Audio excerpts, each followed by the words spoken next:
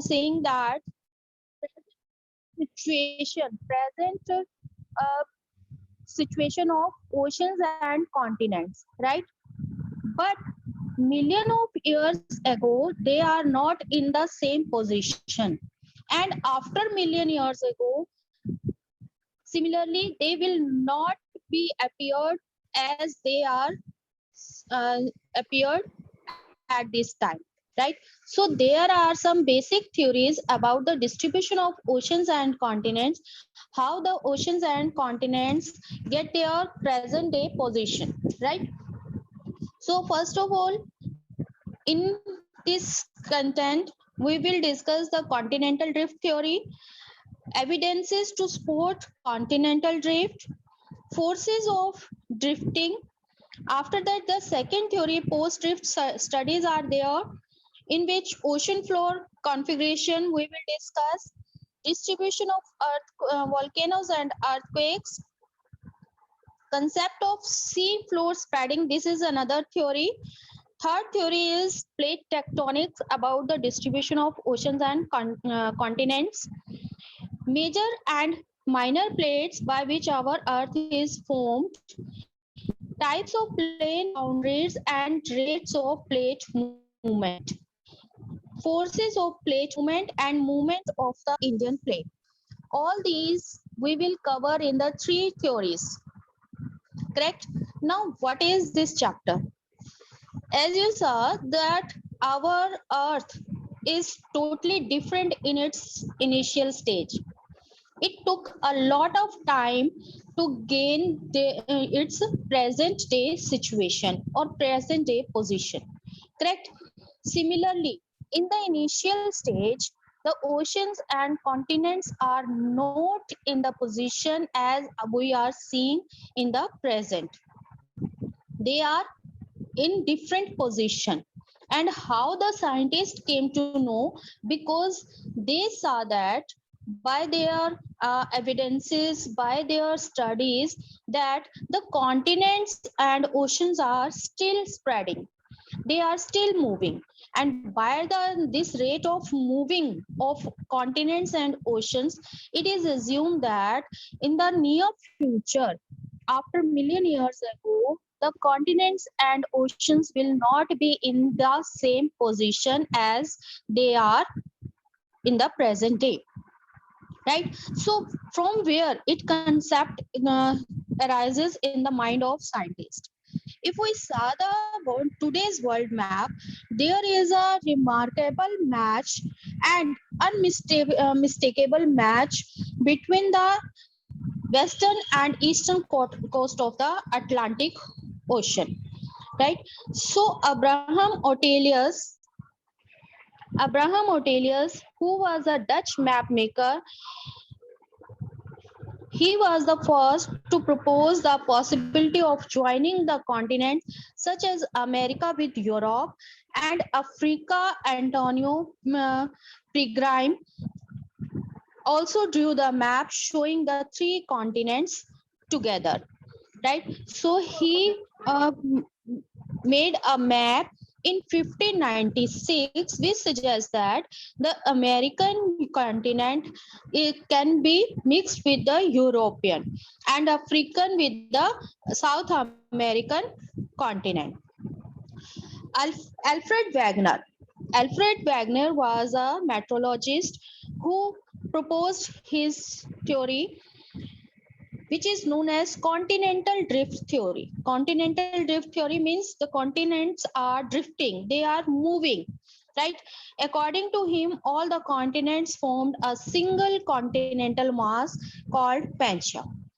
All oceans formed a single universe called Panthalassa. Means Pangaea was surrounded by the a vast ocean, and this vast ocean is known as Panthalassa. Pangaea means a large landmass. Panthalassa means a huge water body or ocean, right? Now I am showing what was the situation before 200 million years ago.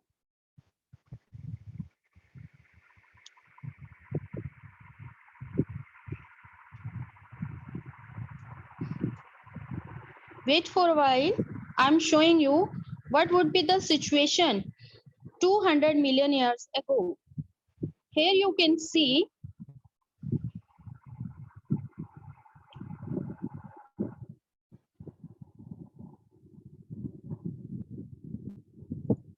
this is our present day situation of the world, right? But in the tertiary stage, it was not at the same. That was the time period 30 million years ago, right? So 30 million years ago, here you can see the North America is near the Africa.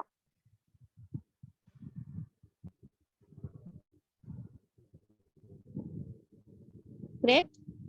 It is going to near the Africa. It was the situation 18 million years ago when the Africa and South America are very close. 100 million years ago, what was the situation? Africa was into different parts, Niche, Antarctica and Australia. They were all combined together, right?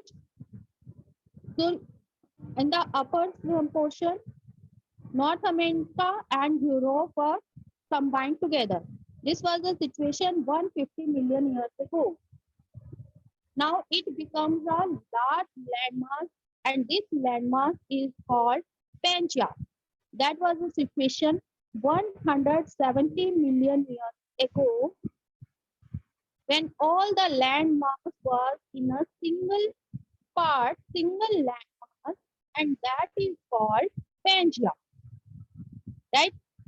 Now this is the situation of 220 million years ago when all the landmass was in a single landmass, and that is known as Pangaea, that is surrounded by the water, and this water body is known as Panthalassa. Correct? Now what happened? 240 years ago, it was a single landmass. Million years ago, it began to split down. Now have a look on the video that you might be understand how this Pangaea was splitting. 160 million years ago, the upper portion of North America and Europe is begin to split from the lower portion. Correct? So upper portion consists of North America and Europe, and it is combinedly called Eurasia. Right? North America, Europe, and Asia, and it was called Laurasia. And the lower portion consists of North America, Africa, Australia, Antarctica, and India. That is called Gondwana land. Now, in the right side, you can see the India is uplifting towards the north, and it is striking to the Asian continent. This was the situation of 40 million years ago when the India split and it moved towards the north. Now, this is a situation of 10 million years ago when India strikes the Asia from the northern side, Australia distinct towards the eastern side.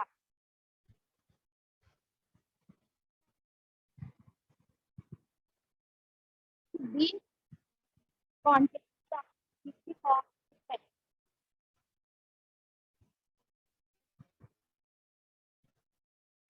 right? So this is a situation. This is the pattern by which the continents drift.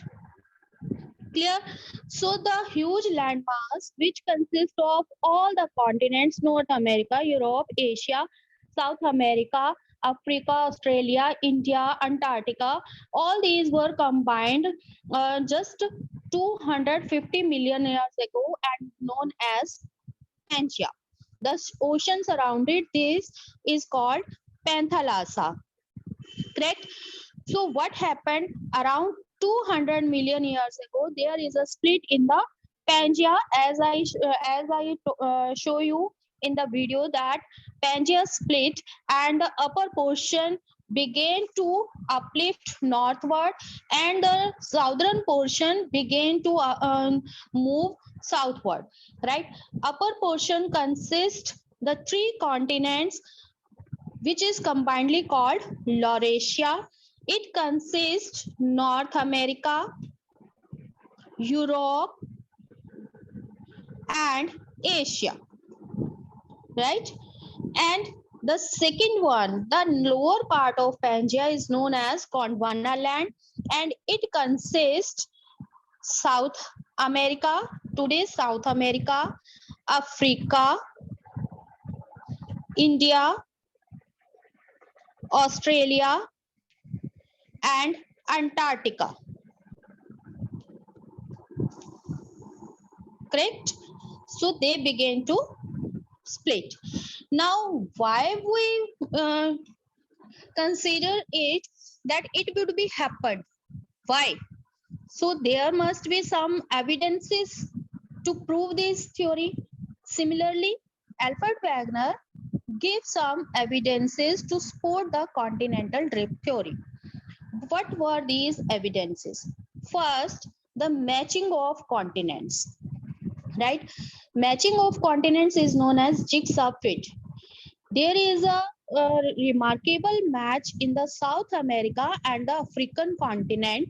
As you saw in the video, that South America can be adjusted in the African Ghana coast. The bulge of South America, this one, right? So this is here is a South America and Africa.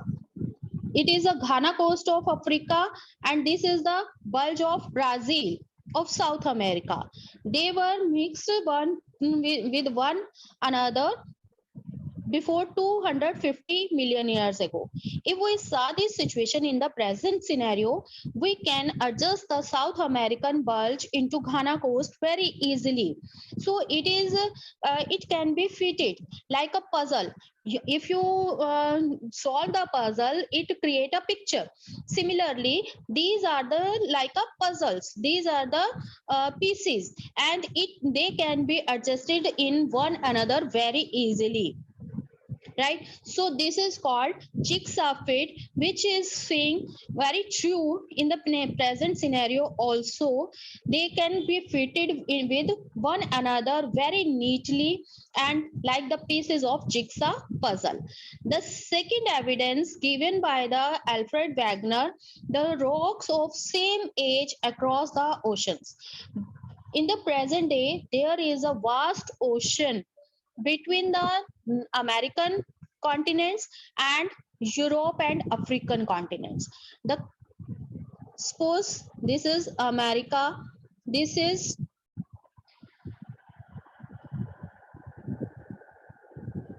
South America, right? Here is Europe and there is Africa, right? So the ocean lying between these two, this part, that is known as Atlantic Ocean. It is a very vast ocean. But if we saw that the rocks found in this area and in this area, both the sides of Atlantic Ocean, we found the same age rocks. The rocks of Jurassic age can be found in the western coast as well as in the eastern coast of Atlantic Ocean. It suggests that they were once a time they were a single landmass, right? So because at the present scenario, it cannot be possible that the different same type of rock can be found in the both the sides, because they have different climatic conditions, they have different physical features right now, but they consist the same age group of rocks, right? So it suggests that sometime or once a time they were together.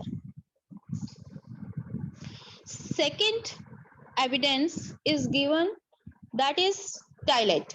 Tileth is a sedimentary rock that are formed by the glaciers, right? Where will be the glaciers found? Where there is a climate is too cold, right? Temperature is too low, so that all the land will be covered with the glacier, and the glacier deposits are known as tileth. Now, it is very surprising that in the present day, India's southern part, the southern part of India is above the equator and it consists tropical climate. There is a high temperature. So we cannot assume that the glaciers there, right? But you might be surprised that the tillets are found in the southern part of India. Means once a time there that landmass was covered with the glaciers, huge bodies of glacier.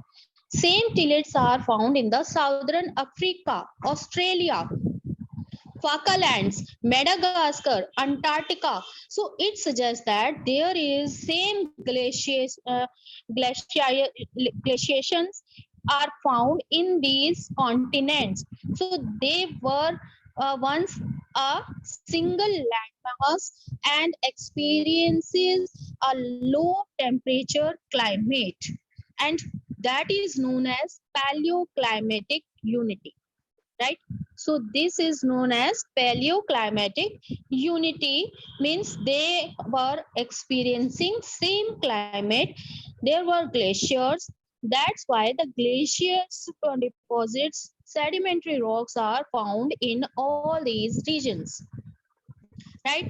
The third one is placer deposits. Placer deposits are huge or vast deposits of some minerals, right? So in the geology, a placer deposits or placer is an accumulation of valuable minerals formed by gravity separation during sedimentary processes. Now, what is surprising that the Ghana coast of Africa, here, this is the Ghana coast of Africa, it have the gold, but no mines, no rocks, means there are no gold bearing rocks in which the gold found, right? Gold is there, but gold bearing rocks are not present here. And in the contrast, here in the Brazil, South America, in the Brazil, there are gold bearing rocks. There are gold bearing rocks, but no gold, right? Where there is a rocks, there are no gold. There is in Africa, there is gold, but no gold bearing rocks. What is suggesting that they are combined together and they are a single landmass. When the splitting took place, the South American gold deposits, means from the Brazilian bulge, the gold deposits drains into the Africa, and South America began to drift westward. Clear? That's why the gold deposits are found in the Africa, but not in America. The third one is distribution of fossils. Fossils are the preserved traces of animals or plants found inside the rock. Every plant species, every animal species can be generated, can be grow in a particular type of climate, right? So if you saw the present day map, North America, South America, African continent, Australia, India, all these are experiencing the different type of climate, right? But if the fossils of such type of plants or vegetation can be found in all the regions, it suggests that these land masses were once together. Similarly, the Lemuria occurs in India, Madagascar, and Africa, right? So they are contagious, called Lemuria, right? So Lemuria linking these three land masses. It means these three land masses were once together because the Lemuria's fossils are found in Madagascar and Africa, which have different climatic conditions in the present day. Then how can the fossils of Lemuria can be found in all the three regions? Because they were a single landmass in the past. Similarly, Mesosaurus, that was a small reptile adapted to shallow brackish water, right? It is also found in the Australian, Antarctica and India's coast, right? So here in the distribution of fossils, you can see here the reptiles can be found in all these regions because they were a single land mass, and that's why the all the water was brackish or surrounding it. The oceans are there, and Mesosaurus, a small reptiles, was found in all these regions: South America, Africa, Antarctica, India, and Australia. Right now, there are some forces. Why these continent drifts? The question arises. Okay, we accept that if we accept that the continents were a single landmass in the past, but the question is this: how these continents began to drift, why these continents began to drift, right? So there are two forces suggested by the Alfred Wegener about this drifting. The first force is known as polar fleeing force. Polar fleeing force means the earth is rotating on its axis. That's why the earth have the bulge in its middle, like this. There is a bulge at the equator, right? So because the earth is rotating on its axis, so there is a bulge due to the rotation of the earth, there is a bulge at the equator. And the because it is rotating, the things or the continents or the oceans are also rotating, and they are keep on moving by the Alfred Wegener. The second is tidal force. The second is tidal force, which is suggested by the Alfred Wegener. Tidal force generated due to the attraction of moon and sun, because every heavenly body have its own gravitational force, right? So when the moon exerts its gravitational force on the earth, the water begin to uplift towards the moon, right? So they will attract the things towards it, right? So it is not constant. When the moon is nearest to the earth, it will there will be more gravitational force at that time. When it will be farthest, there will be low gravitational force at that time. Now what happened, the Wegener suggested that once a time these forces are so strong, these forces would become effective when applied over sufficiently long period, and that's why they cause the drifting of continents, correct? But these forces are not accepted by the most of the scientists. So here is some modifications in the theories also. Today we have discussed the theory continental drift theory by Alfred Wegener. If you have any doubt, you can ask.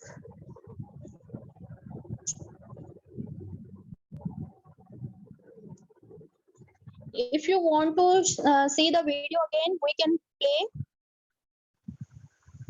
how the continents drift.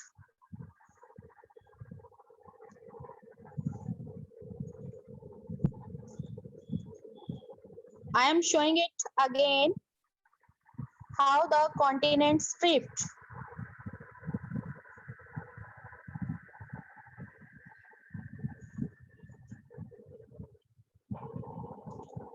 Here you can see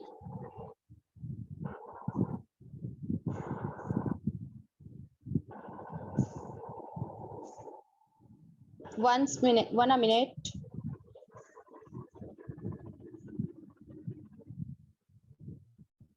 Yes.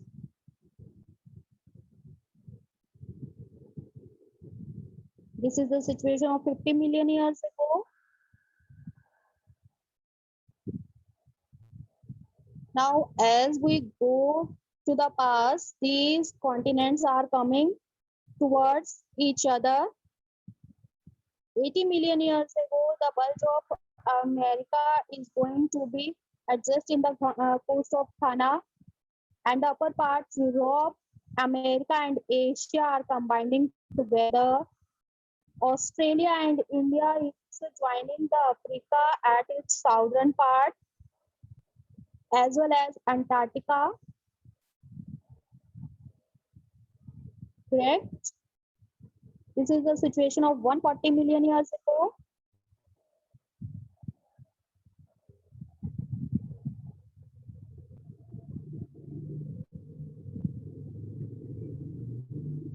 In the 170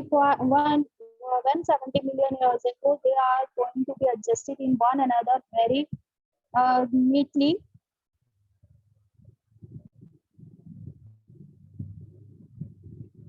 The upper part of our Earth is also combining.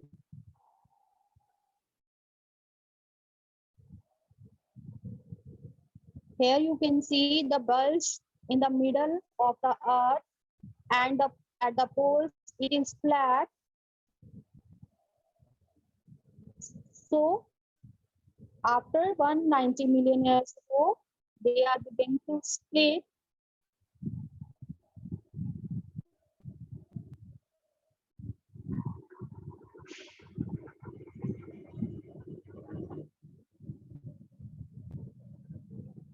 They are taking their position. North America is drifting towards the northwest in the Jurassic Age. Asian and European continents, they began to drift towards the eastern side, while Antarctica is moving towards the pole side, southern side. Australia also drifting towards the southeastern side, and India, the southern part of India. Remember it. In this video, you will see only the southern part of India, peninsular part of India was the initial part of India. It is keep on moving towards the north, where it will strike to the Asian continent.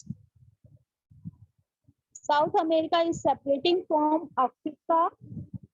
Maybe at this time, the gold deposits will drain into the African continent, as suggested by the Alfred Wegener. India is keep on moving towards the north and adjust with the Asia. So they are taking their slowly and gradually, they are taking their present day position.